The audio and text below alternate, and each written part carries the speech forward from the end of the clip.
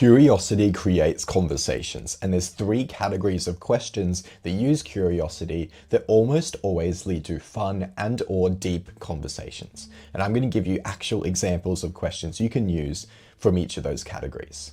You see, it's easy to fall into the trap of asking questions like this. Oh, true. And what do you do for work? You're a day Um, trader as well? No, I'm a car detailer.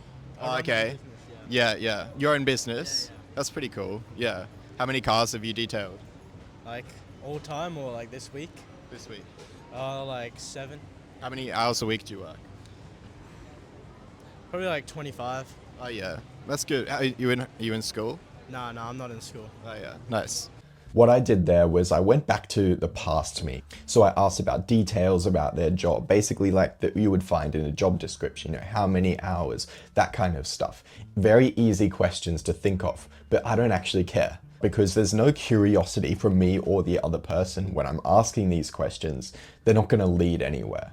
And, after this conversation, after I finished recording, I actually said to the people, I was trying to film a conversation where I'm just being boring. And they were like, you did a good job of that. So it clearly doesn't work. Instead, what you should do, and this is the first category of question you should ask non-obvious questions that you're actually curious about. So how you would do this is instead of saying the first question that comes to mind, which you probably asked 10 plus times before, think for 1 to 2 seconds longer and try to think of one that isn't obvious. Or even better, if you get a little break in the conversation to go to the toilet or whatever, in that time, use that time to think of better questions that you're actually curious about. Why these work is that they are unique and they show genuine interest. So unique questions lead to unique conversations, and unique conversations are fun, obviously. And the other thing that's good about this is that it shows genuine interest when you ask non-obvious questions, because the other person, if you just ask them how many hours a week do you work, they're going to be I think this guy's just trying to make conversation, So I don't really feel like talking to him. I'm just going to answer this question and I'm going to dip. And I don't want to ever talk to this guy again. I don't like him. In fact, he should be executed for those terrible questions. Anyway, instead, if you can ask these type of questions, they might go damn, that guy actually wanted to know about this stuff. And that's because you actually do. And all it takes is just thinking for 1 to 2 seconds longer, or, even a couple seconds, having a little pause to think of something you actually care about. So let me show you this in action. What do you guys do for fun? I like to go to the gym and Yeah. just sometimes I like to go for a walk and miss the rest about life. So Yeah. Oh, yeah. How long are your walks? Do you go for long walks? I mean, so it depends how I'm feeling, but Yeah, honestly, true. normally I'd go for 30 minutes. And how do you know when to come home? Because I'd done that a bit. I've gone for walks and then I decide I want to come home now, but I'm really far away.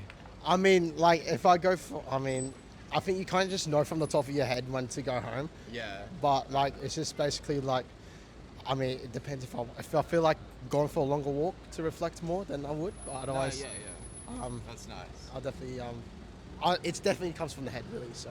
Yeah, that's good. I asked, what do you do for fun? And then from there, I had two options. I could pursue the gym stuff, or I could pursue the walks, or I could do something else. And I picked the one that I was more interested in, even though the gym one would be more obvious and easy, because I've had tons of conversations about the gym. I could do what's your split? I could ask all these questions that are easy to think of, but I've heard the answers a million times. And so I'm not invested in the conversation. And therefore they're not invested as well. Instead, I asked about the stuff I actually had a personal relation to and was curious about. So you can copy my question of what do you do for fun? Now that category of question is probably the hardest one to actually do. The next two are a lot easier, but they're a lot more specific. And this one is really, if you can get that first one right, you'll be laughing. You'll have conversations left and right. You could make rocks talk to you if you ask these questions to them. But the next category of questions, again, playing on this curiosity, is to ask questions about facts or information that you don't know and that you want to know. So, for example, if I asked what year did World War II start? Because I'm just curious, say it comes up in conversation. We're just talking about World War II and I'm what year did it start?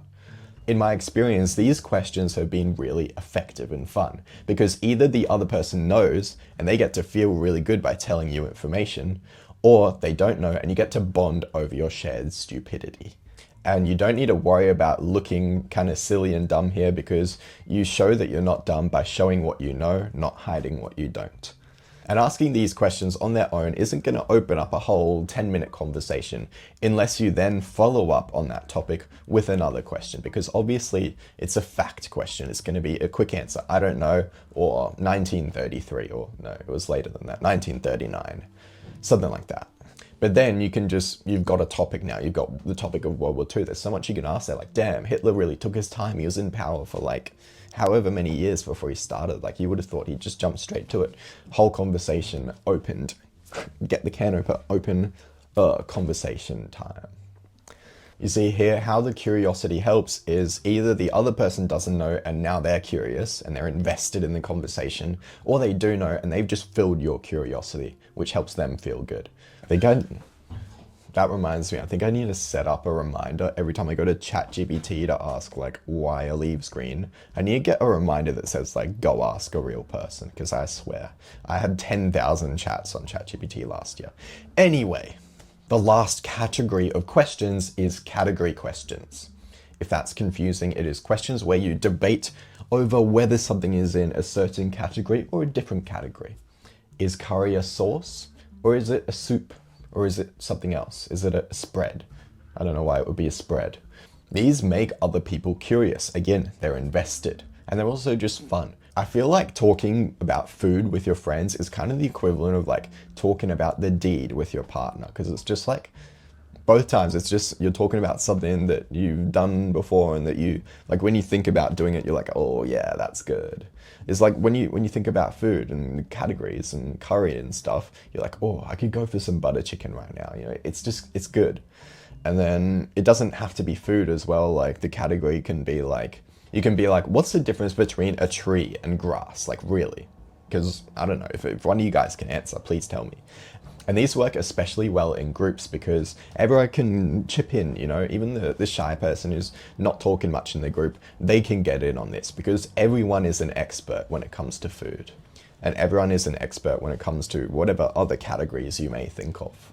So these questions I've given you will help, but they won't do everything for you. You can't just write down a list of questions and then go into conversation and be like, let me check my list. Yeah, I got that one. Or even if you memorize them and actually can use them, it's still not going to do everything for you, because real charismatic people don't memorize questions. Because if you use these questions that I've just given you, not everything is going to feel natural. So when you go into a conversation and you try to like say this stuff, it's just going to come out a little bit weird. You're going to be more scared to do it because you're going to be like, oh, I don't know about this. You need to find questions that actually work for you. I've watched plenty of videos and I've gotten plenty of questions, and some of them I just don't use because they're just not like me. And to get stuff that's actually like you, you have to experiment. Watching videos, sure, it will help, but you've got to get out there and you've got to go out of your comfort zone and ask weird questions that you don't think you should ask. And when you do that, you're going to get rapid feedback and you're going to learn much faster how to ask questions that make people have fun and long conversations with you. And if you don't do this experimentation, your life won't change much. But please, try out these questions that I've given you, try out the categories, and they should hopefully help. So I hope this helps. Have a great day.